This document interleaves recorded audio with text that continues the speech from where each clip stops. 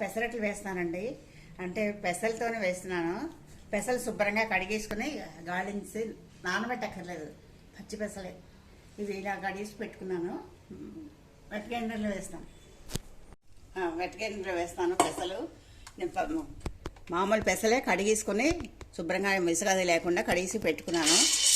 ఇలా వేస్తున్నాను, నానబెట్టక్కర్లేదు.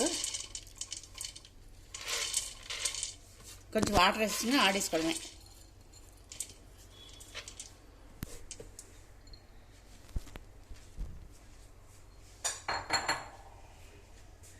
నీళ్లు పోసుకోవాలి, వాటర్.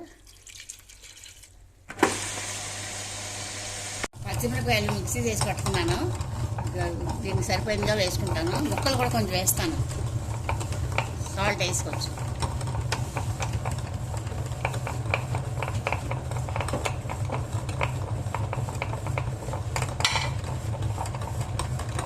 సాల్ట్ స్పూన్ నిండా వేసాను.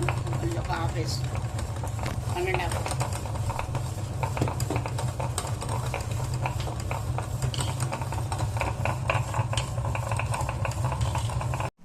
పెసరట్లు వేస్తున్నానండి. పెసరట్లు రుబ్బి పెట్టుకున్నాను. సాల్ట్, జీలకర్ర వేసాను దీంట్లోనే. పెసరట్లు వేస్తాను. ఇలా ఉన్నప్పుడు ఇలా మనకి పలచగా కావాలంటే పలచగా, కొంచెం దసరగా ఉంది ఇలా వేస్తాను.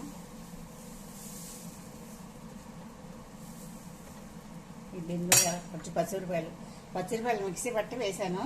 ఇంకా కారం కావాలనుకున్న వాళ్ళు ఇలా వేసుకోవచ్చు. ఈ కొబ్బరికూరు, కొంచెం కొబ్బరికూరు అంటే ఉప్మా చేయకపోయినా ఇలా బాగుంటుంది, అన్నంలో కూడా బాగుంటుంది. మేమైతే ఎక్కువ అన్నంలోనే తింటామండి. ఇలా వేసుకుంటా. ఇప్పుడు కొబ్బరికూర వేస్తున్నాను. కొబ్బరికూరు, అల్లం కూడా తురుగు పెట్టుకున్నాను. నేను తురుగుకున్నానండి సన్నంగాను. ఇలా వేస్తున్నాను. ఇది ఆయిల్ వేసుకోవచ్చు, నెయ్యి వేసుకుంటే ఇంకా బాగుంటుంది. ఇలా చుట్టూ నెయ్యి వేసుకుంటే బాగుంటుంది.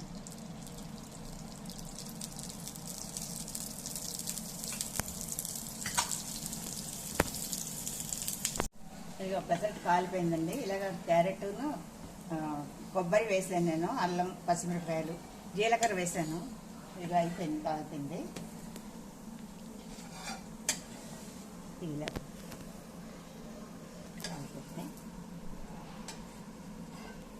తీసుకున్నాడు కూడా ఇలా సులువుగా తీసుకుంటే ఇలా పెట్టుకోవచ్చు. పెసరట్టు రెడీ అయిపోయిందండి. ట్రై చేయండి. అన్నంలో కూడా చాలా బాగుంటుంది. ముక్కలు పులుసు పెట్టుకుని ఇది వేసుకుంటే చాలా బాగుంటుంది అన్నంలో వేడివేడిగా.